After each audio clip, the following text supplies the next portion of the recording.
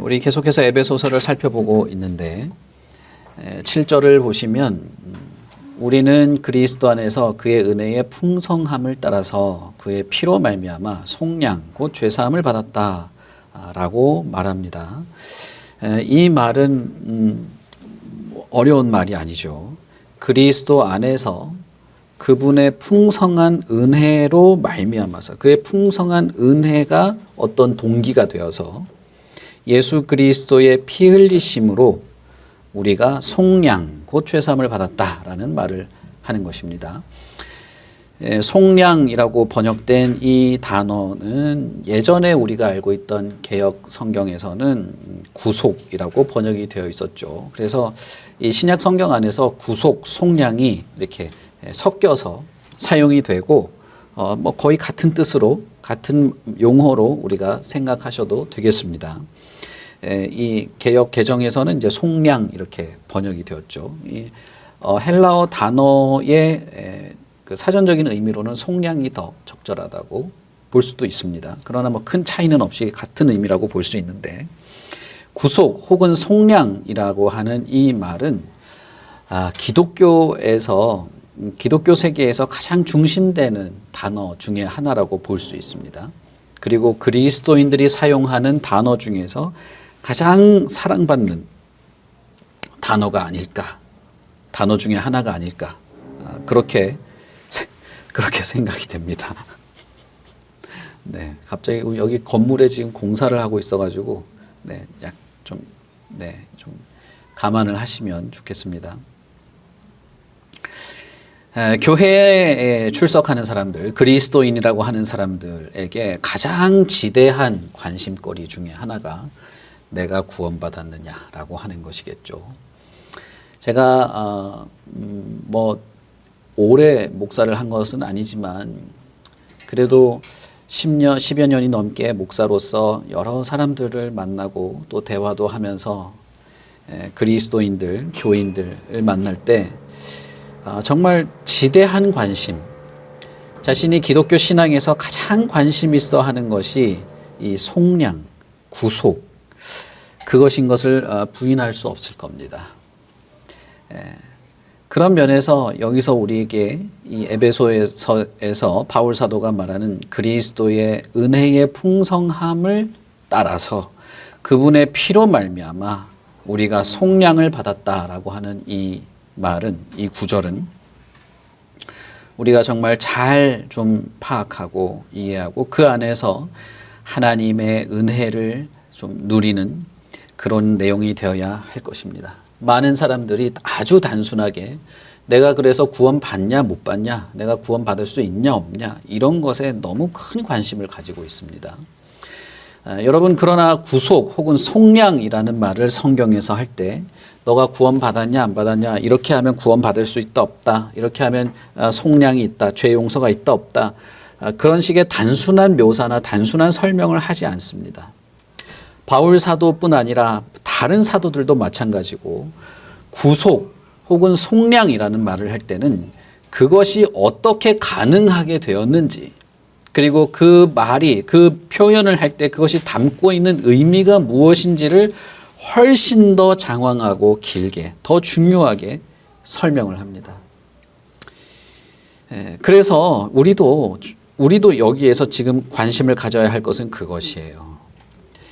많은 사람들이 종교, 특히 뭐라고 하면 좋을까요?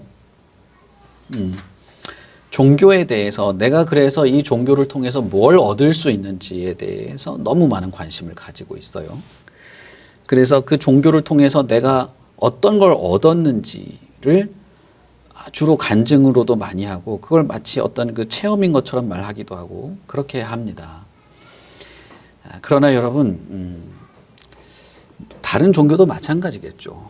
기독교는 우리가 어떤 존재인지, 내가 어떤 사람인지를 알아서 하나님을 향해 나아가는 하나님 중심이라는 것을 아셔야 됩니다. 내가 무엇을 얻어서 내 마음이 편해지고 내가 구원받은 것을 좋아하고 하는 것 그 이전에 우리가 내가 어떤 사람인데 하나님과 관계를 갖게 되었는지, 내가 어떤 사람인데 하나님을 향하여 나아가게 되었는지, 그리고 내가 이 기독교라고 하는 이 세계 안에서 하나님을 향하여 한 걸음씩이라도 가까이 나아가는 이것이 무엇을 의미하는 것인지를 더 관심 있게 보아야 한다는 것이죠. 그런 면에서 7절부터 10절의 이 내용은 정말 뭐라고 해야 될까요? 우리에게 지대한 관심, 기독교에서 정말 중요한 내용을 담고 있다고 볼 수가 있겠습니다. 7절에서 말하는 속량이라는 이 단어는 크게 사전적으로는 두 가지 의미를 담고 있습니다. 하나는 장터를 의미하는 아고라라는 단어에서 파생된 말로서 이것은 장터에 나가서 물건을 사다라고 하는 의미를 가지고 있습니다. 이 속량이라고 하는 단어가 그런 의미를 지니고 있다는 말이에요. 이 말은 예수께서 우리를 구원하기 위하여서, 우리를 사기 위하여서 값을 지불한 것을 강조하는 의미로 속량이라는 말을 쓰는 것입니다.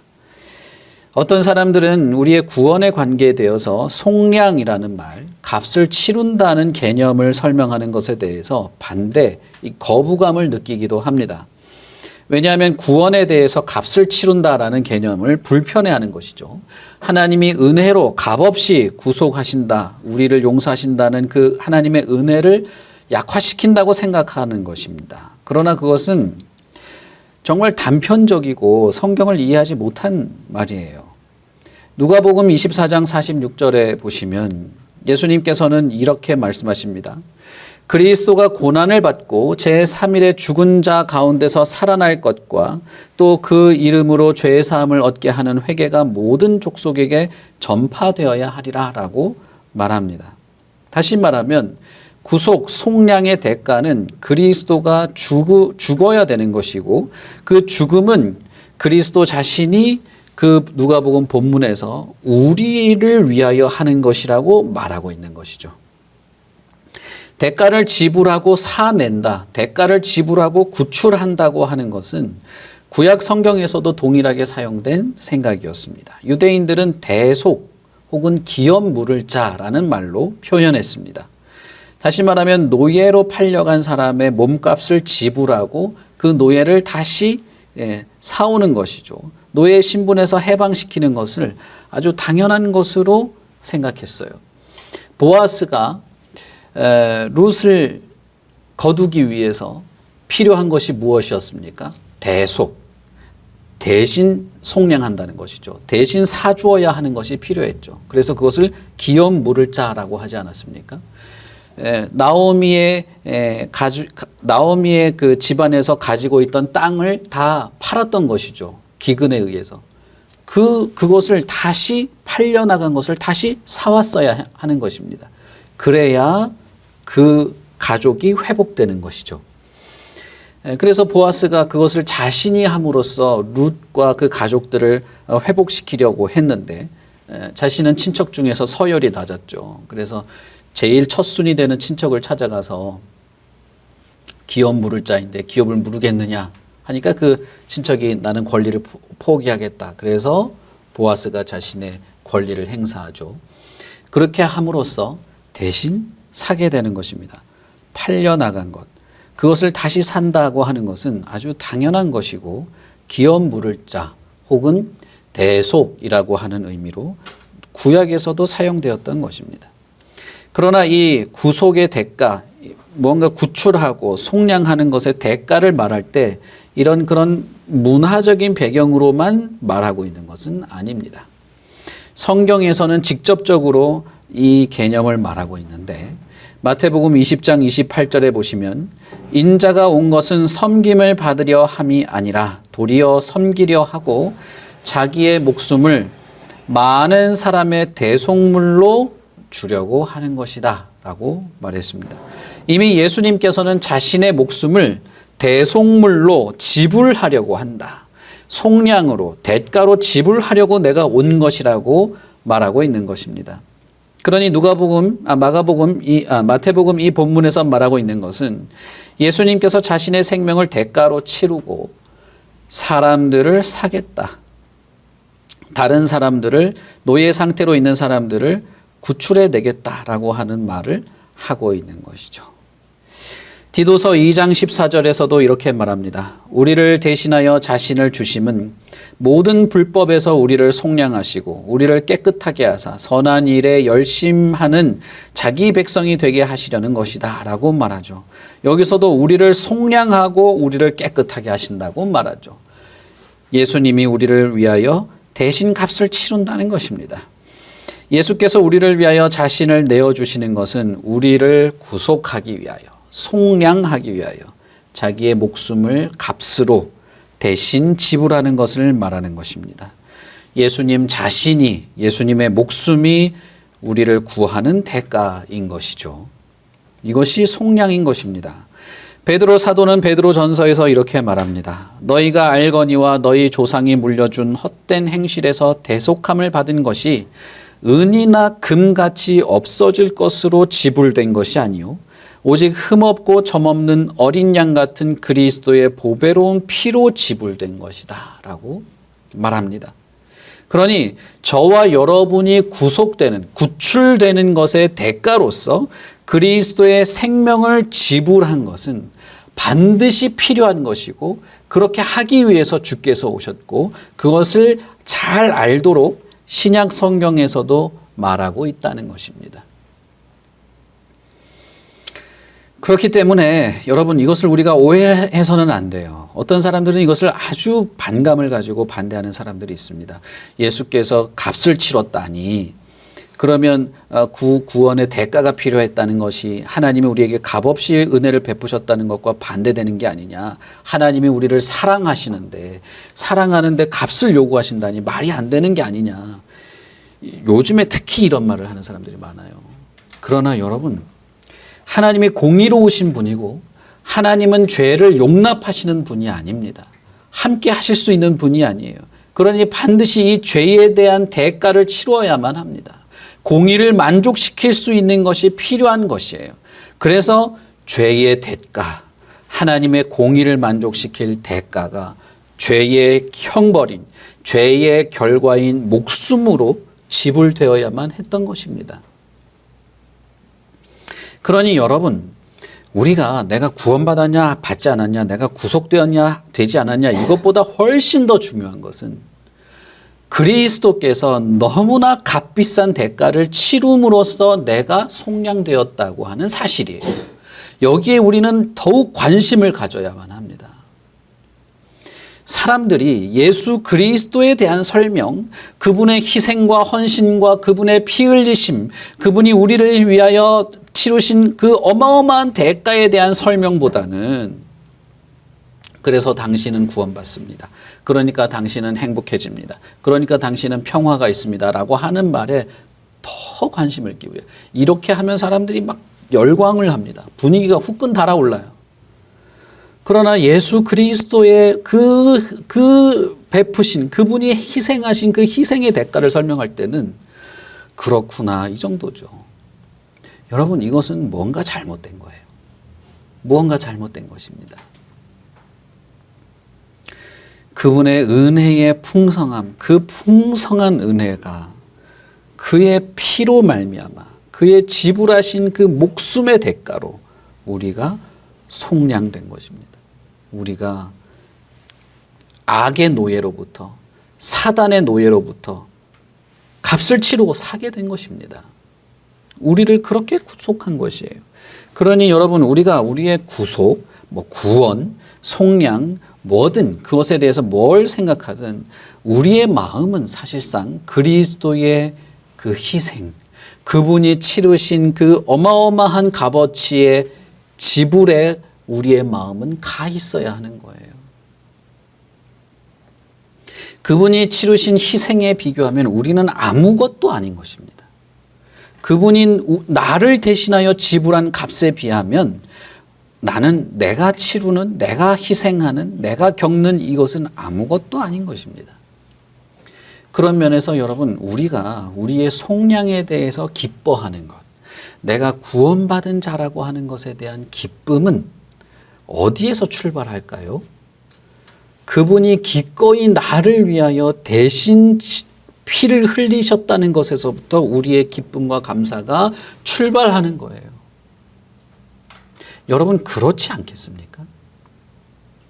그렇지 않겠어요?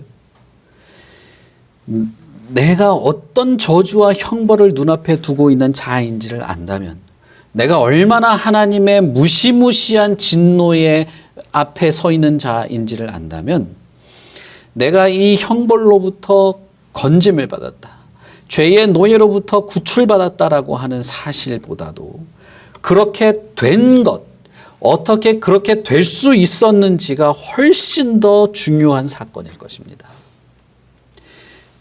왜 즐거워하고 왜 기뻐할까? 나 대신 지불할 리가 있었다. 나 대신 그것을 지불할 리가, 기꺼이 자신이 지불할 리가 있었다. 그것이 우리의 감사의 출발이에요. 그것이 우리가 세상을 보는 눈의 출발입니다. 그것이 우리가 정말 구속을 기뻐하는 것의 출발인 것입니다. 그리고 이 속량이라고 하는 단어는 또 사전적인 의미로 또 다른 의미를 가지고 있습니다. 그것은 리라고 하는 단어로 표현되는 것인데, 그것은 자유롭게 하다, 놓아주다, 풀어주다라고 하는 의미에서 파생된 것입니다. 이 속량이라고 하는 단어는 물건을 사다 혹은 산 것을 그냥 풀어주다, 놓아주다, 자유롭게 하다라는 의미를 동시에 가지고 있습니다. 그러니 여러분, 값을 치르고 노예를 사왔으나 노예 상태로 그대로 내버려 두지 않고 자유의 몸으로 놓아주시려고 우리를 산다라고 하는 의미가 되는 것입니다. 죄의 노예 혹은 죄의 속박은 영원한 형벌, 영원한 저주, 영원한 죽음만이 기다리고 있는 것입니다. 그러나 그리스도의 죽음이 우리를 위하여 대신 지불되었고, 그 지불된 것으로 말미암아서 우리는 죄의 노예가 아닌 것으로 신분의 변화가 있을 뿐 아니라 우리는 이제 자유하게 되었다는 것입니다. 그래서 우리는 자유한 자로서 자발적으로 그리스도를 주로 섬기는 것이에요. 이것이 속량인 것입니다. 여러분, 애굽의 노예 상태로 있던 자들이 출애굽을 할 때에 그들이 기뻐하며 하나님, 내가 이제 우리는 오직 하나님만을 섬기겠습니다라고 그리심산에서 아멘이라고 외칠 때, 그들은 바로의 노예로 있다가 이쪽의 노예로 오는 그 위치의 변화를 말한 것이 아닙니다.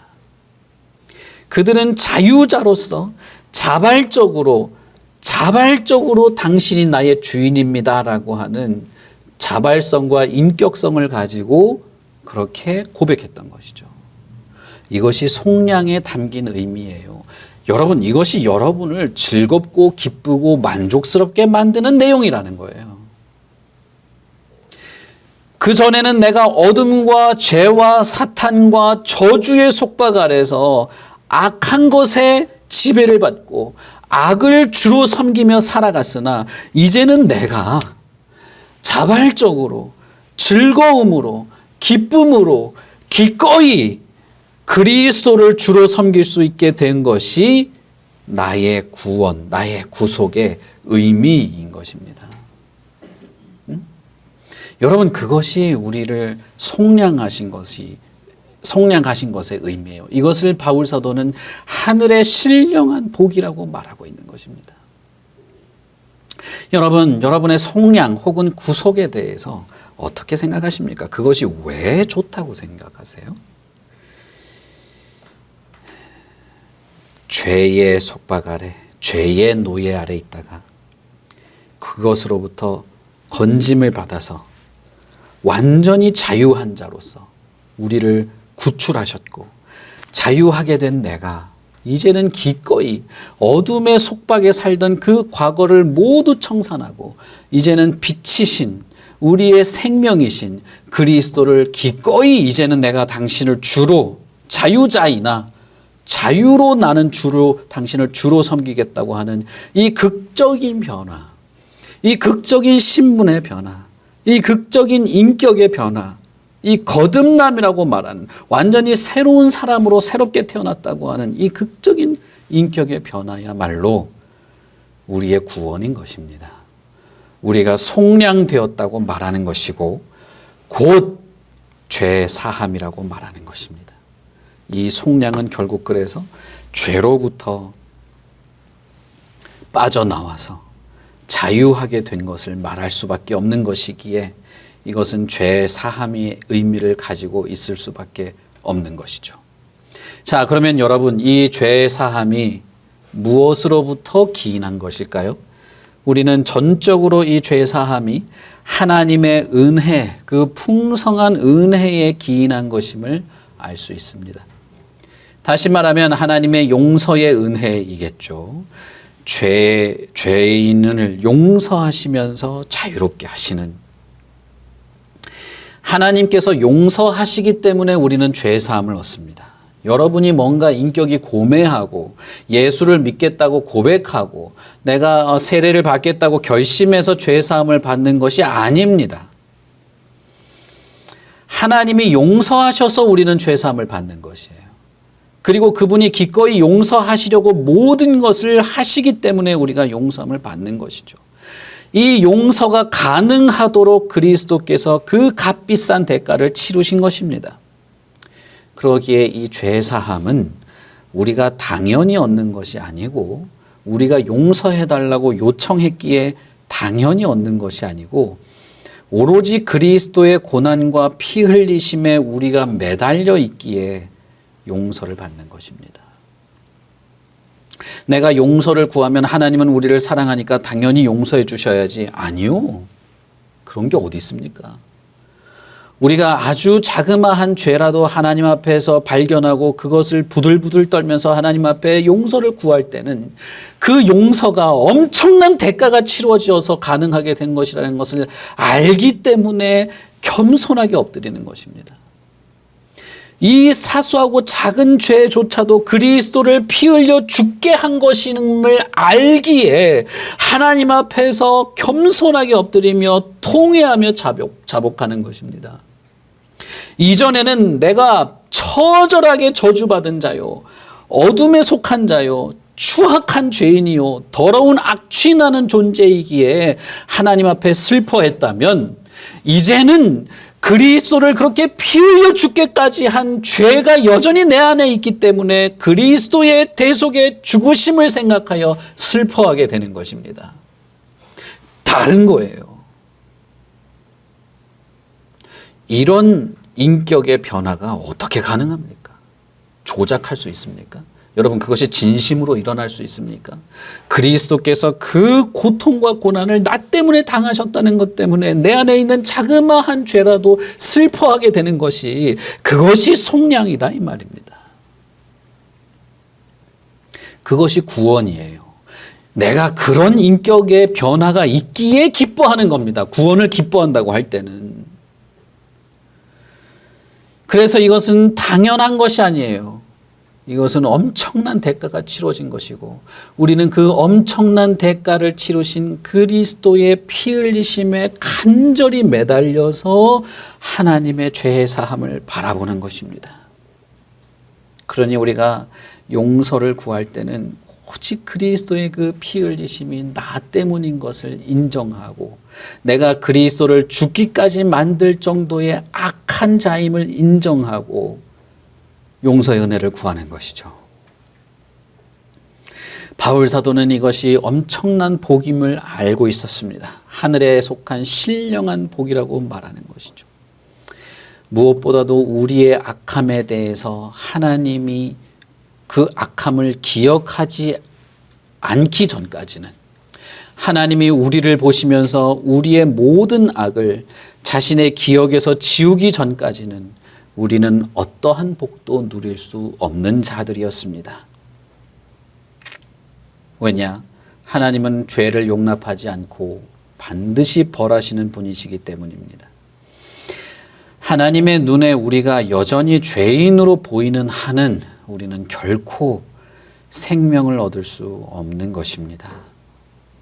그러므로 하나님 편에서 우리를 용서하지 않는다면 우리는 여전히 하나님 앞에서 원수로 남을 뿐이에요. 하나님의 기억에서 우리에 대한 모든 악이 완전히 하나님이 기억하지 않으시는 지워버리는 것을 하나님 편에서 하지 않는다면 우리는 그저 영원한 원수로 남을 뿐인 것이죠. 그러니 여러분이 난 용서받았어, 난 깨끗해졌어 라고 말할 때 여러분 자신이 무엇이라도 된 듯한 착각에 빠지셔서는 안 되는 거예요. 하나님이 그리스도 안에서 우리를 그렇게 용납하시고 있는 그 하나님의 은혜 안에 들어온 것을 감사하는 것입니다. 여전히 내가 모자르지만, 여전히 내가 이 어미로우신 왕 앞에 여전히 불안당 같은 자이지만 그 왕이 나에게 가까이 오라고 하시고 나를 용납하시겠다고 하시기에 그 안에서 내가 자유를 누리는 것입니다.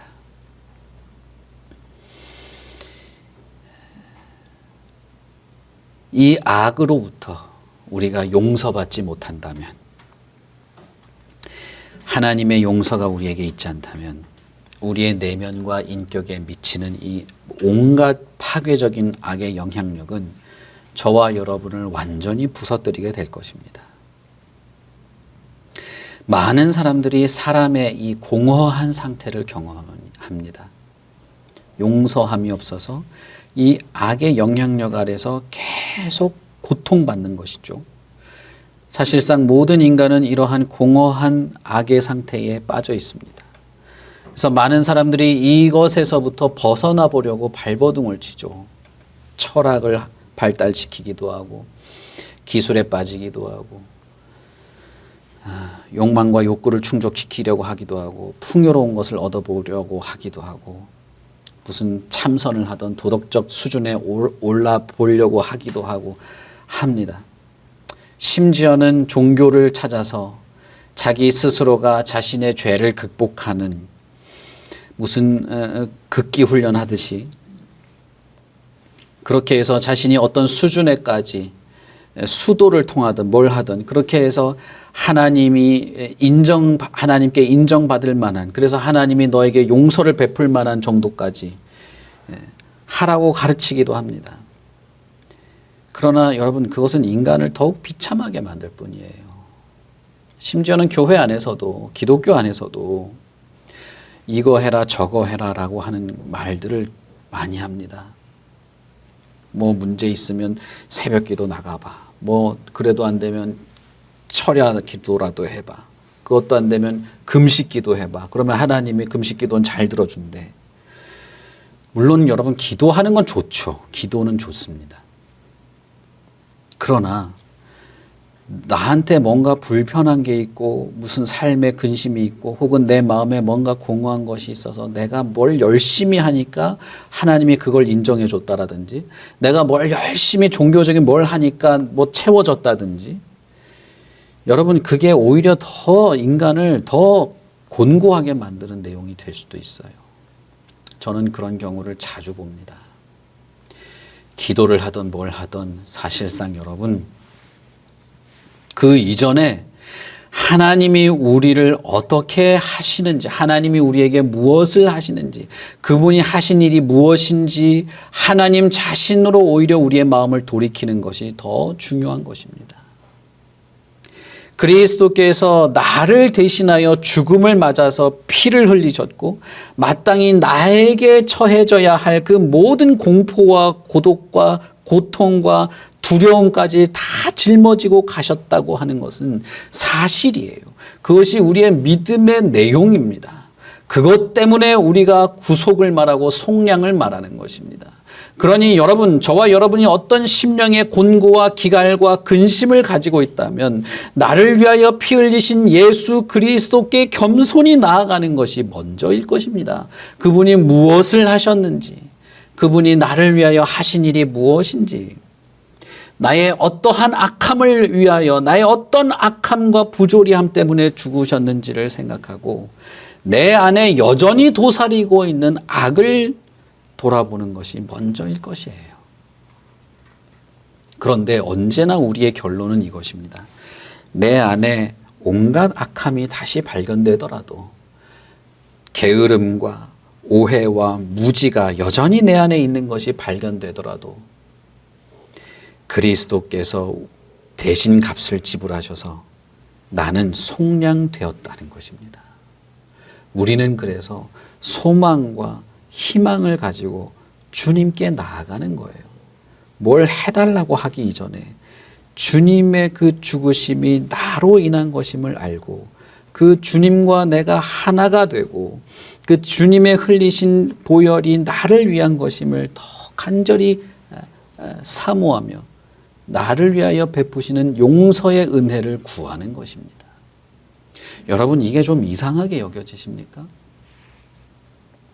내가 마음이 너무 쓸쓸하고 고독하고 고통 가운데 있는데 예수님 앞에 용서의 은혜를 구하며 나아가는 것이 이상하게 여겨지십니까?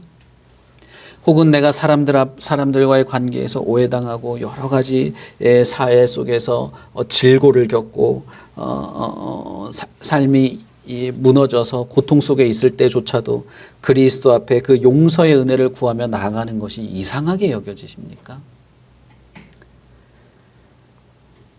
내가 피해자가 되고 사실 내가 고통을 당하는 사람은 나라서 나는 용서를 받을 것이 없는 자처럼 여겨지십니까? 피해자는 다 옳은가요? 아니에요, 여러분. 우리가 그리스도를 향하여 나아갈 때 속량, 죄 사함의 은혜로부터 우리의 만족과 위로와 소망과 기쁨이 있다는 것을 생각할 때 우리는 항상 그리스도 앞에 내 자신을 돌아보며 나아가는 겁니다. 용서의 은혜, 위로의 은혜, 속량의 은혜, 기꺼이 나를 위하여 모든 것을 포기하시고 피 흘리신 그리스도의 그 대속의 은혜를 바라보며 나아가는 것입니다. 거기서부터 출발하는 거예요, 뭐든지. 그러니 여러분, 우리가 오늘 예배를 드릴 때도 우리는 예수 그리스도의 대속의 은혜를 바라보며 예배에 나오는 것입니다. 왜 예배를 드리기 전에 왜 용서의 은혜를 구하며 죄를 용서해 달라고 왜 대표 기도를 하면서 항상 그 기도를 합니까? 왜 우리가 예배에 참여하기 전에 자신을 돌아보고 진지하게 하나님의 그 용서의 은혜를 바라보며 그리스도의 십자가를 의지하며 예배에 나옵니까?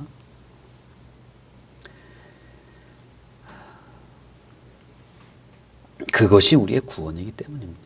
그것이 우리의 속량이기 때문입니다. 그리고 8절부터 이어서 바울 사도는 이것이 이 속량이 어떤 목적으로 우리에게 그렇게 베푸시는지를 부연 설명을 합니다.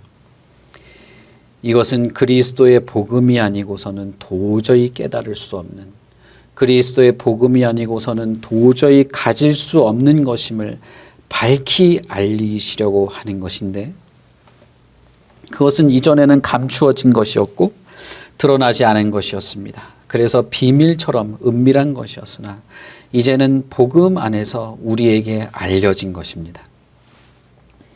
복음이 아니고서는 도저히 깨닫거나 혹은 누릴 수 없는 어떤 목적 때문에 우리를 속량하시는데, 그것은 무엇입니까? 하늘에 있는 것이나 땅에 있는 것이나 다 그리스도 안에서 통일되도록 하시려고 우리를 속량하신다는 것이에요. 이것이 참 비밀스럽게 감추어진 것이어서 그리스도의 복음이 아니고서는 이것을 도저히 알 수도 없고 기대할 수도 없고 좋아하지도 않고 누리지도 못하는 것입니다. 통일이라고 하는 말을 죄사함, 곧 속량과 관계되어서 사용한 것은 죄사함을 받기 전에, 우리가 용서를 받기 전에 우리의 죄악된 상태에서 우리 모두는 뿔뿔이 흩어진 상태에 있다는 것을 말하는 것입니다. 이것은 죄악된 존재들에게 있어서는 보편적인 상태입니다. 모든 인간이 보편적으로 가지고 있는 상태인데 뿔뿔이 흩어져 있다는 것이에요. 예수 그리스도 안에서 회복되기 전까지는 이 자연의 모든 질서는 왜곡되어 있고 손상되어 있는데 그것이 각자 흩어져 있는 세상인 것이죠. 세상의 모든 피조물, 특히 인간은 아담으로 인하여 타락하고 부패하고 무질서하게 되었습니다. 그러므로 예수 그리스도를 통하여 회복되기 전까지는 우리는 흩어진 상태로 있게 될 것이고, 속량 곧 죄 사함을 받음으로써 우리는 하나가 되는데, 연합하게 되는데, 이것이 통일이라는 것입니다. 우리는 우리들 자신이 그렇게 흩어진 상태로 있을 뿐 아니라 이 세상을 계속 흩어진 상태로 유지하게 하는 자들이었고, 우리의 죄악된 삶으로 인하여서 세상을 매일처럼 그렇게 흩어진 상태로 내버려 두고 있는 자들이었습니다. 여러분, 이것을 우리는 매일매일 경험하고 있지 않습니까? 아무리 가까운 사람이라도 서로의 마음을 우리가 다 이해할 수 없죠. 때로는 사람의 마음은 정말 이해할 수 없는 것이기도 합니다. 우리가 아무리 사랑하는 사람이라 할지라도 자기 자신만큼 사랑할 수 있을까요? 예수님이 말씀하신 것처럼 그 사랑을 할 수 있을까요? 할 수 없습니다. 다른 사람의 아픔을 내가 대신 지기라도 할까요? 얼마나 고통스러운지 우리는 전혀 느끼지 못합니다. 그 정도만 해도 다행이죠. 우리는 사실상 파괴하며 살아요. 다른 사람들에게 상처를 주고 오만하고 이기적이고 냉정하고 냉랭하고 자신의 이익을 위해서 다른 사람을 피해를 주는 삶을 우리는 여전히 살게 됩니다.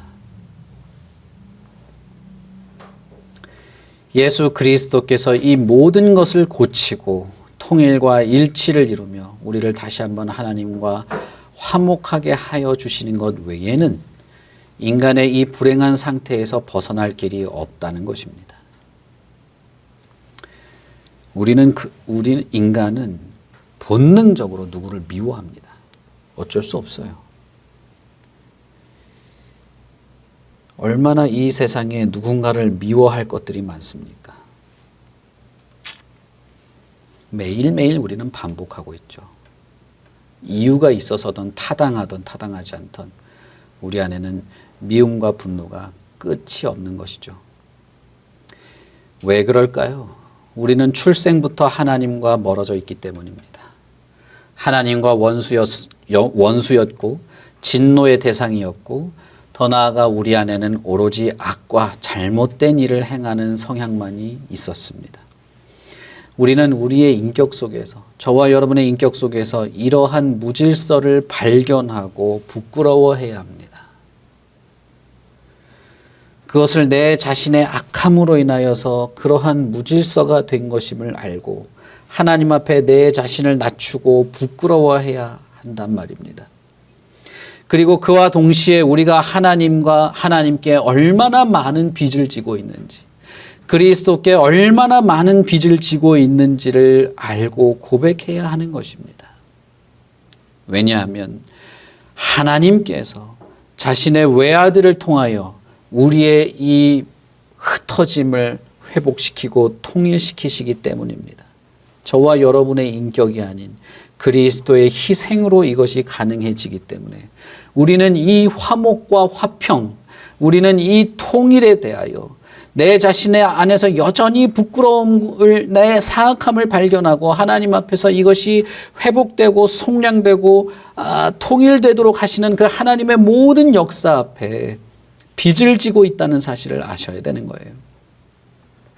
골로새서 1장 20절에 이렇게 말합니다. 그의 십자가의 피로 화평을 이루사 만물 곧 땅에 있는 것이나 하늘에 있는 것이 다 그로 말미암아 자기와 화목되게 하기를 기뻐하심이라.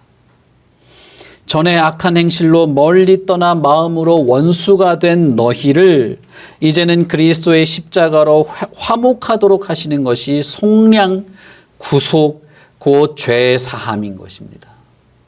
이 복을 믿는 것이 믿음이고 그리스도의 복음이고 우리에게 이 회복보다 시급한 것은 없는 것입니다. 여러분, 그러면 저와 여러분이 정말 구원을 받은 자입니까? 베드로의 말처럼 두렵고 떨림으로 우리의 구원을 이루어가는 자들입니까? 그러면 우리에게 이 속량의 은혜가 매일매일 경험되고 또 발견하고 그 앞에 또 엎드려져서 이 속량의 은혜 안에서 회복되고 하나가 되고 화목하게 되는 것이 계속 있는 것 아닙니까? 그렇죠. 오히려 우리는 하나님께 아무런 가치가 없는 자들이었지만 그리스도께서 우리를 위하여 이 땅에 내려오셔서 우리와 하나님 사이를 대가를 치르고 중재하셨고 구하셨습니다. 그가 모든 것을 통일시킴으로써 하늘에서뿐 아니라 이 땅에서도 우리를 화목하게 하십니다. 나와 타인도 화목하게 하고 나와 내 스스로도 화목하게 하고 나와 이 세상 모든 것과도 화목하게 하고 그것이 나와 하나님과 화목한 것과 어우러져서 통일되게 하는 것입니다. 여러분, 그래서 부부를 하나님께서 만드실 때 부부를 한 몸으로 만드신 것이죠. 통일체를 경험하도록 하는 것입니다. 그래서 하나님께서는 교회를 그리스도의 몸으로 세우십니다. 그리스도와 통일체가 되도록 하는 것입니다. 속량 죄 사함을 받은 자들이 어째서 다른 일을 끊임없이 미워할 수 있습니까? 다른 자들의 실책이나 혹은 악한 의도에 대해서 우리는 왜 그토록 분노하면서 마음속으로 살인의 죄를 짓고 있습니까? 우리는 이 모든 불의함, 우리 안에 있는 이 모든 악함을 하나님 앞에 겸손하게 무릎을 꿇고 자복해야 합니다. 그리고 하나님께서 그런 죄악들을 더욱 깊이 느끼게 하셔서 나로 하여금 깊이 회개하도록 구해야 합니다. 그와 같은 일을 우리는 일생을 통하여 계속 할 수 있게 기도하셔야 할 것입니다. 하나님, 나로 하여금 내 안에 있는 이 깊은 곳에 감추어진 죄를 깊이 깨닫게 하셔서 나로 참된 회개에 이르게 하시고 이것이 멈추지 않게 하여 주시옵소서. 그렇게 기도할 뿐 아니라 동시에 우리는 내가 주님을 신뢰하고 있는 것, 주님께서 나를 위하여 여전히 피 흘리시고 대속하신 주님이신 것을 신뢰하고 우리의 모든 죄가 주님이 흘리신 보혈로 깨끗하게 되었으므로 이제는 하나님께서 다시는 기억하지 않고 그리스도와 연합한 것처럼 이 세상과 타인과 연합하도록 하신 것을 잊지 않게 기도해야 할 것입니다. 이것을 태초부터 하나님은 계획하셨어요. 태초부터 계획하시고 결심하시고 약속하시고 실행하신 하나님이시기에 하나님은 이 일을 반드시 하고 끝까지 지속하실 겁니다. 사탄의 잔인한 공격으로부터 우리를 보호하실 겁니다. 우리가 받는 모든 핍박으로부터 우리를 강하게 지키실 것입니다. 그러니 여러분, 이걸 기대하십시오. 예수 그리스도의 흘리신 피로 내가 속량 죄 사함을 받았으니 이제는 내가 그리스도 안에서 하나가 될 것이다.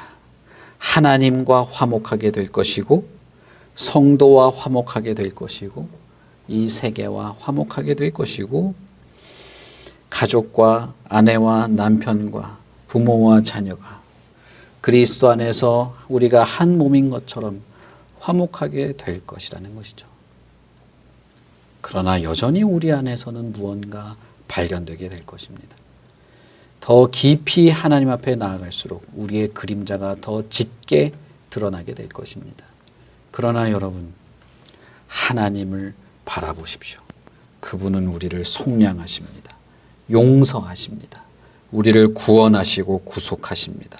우리를 구출하시고 자유하게 하셔서 이 자유로운 인격으로 하나님께 그리스도께 나오도록 하십니다. 그러니 이 예수님 앞에 겸손하게 무릎을 꿇고 기도하십시오. 용서의 은혜를 구하십시오. 그리고 화평케 하시는 그 은혜를 구하십시오. 우리 같이 기도하겠습니다.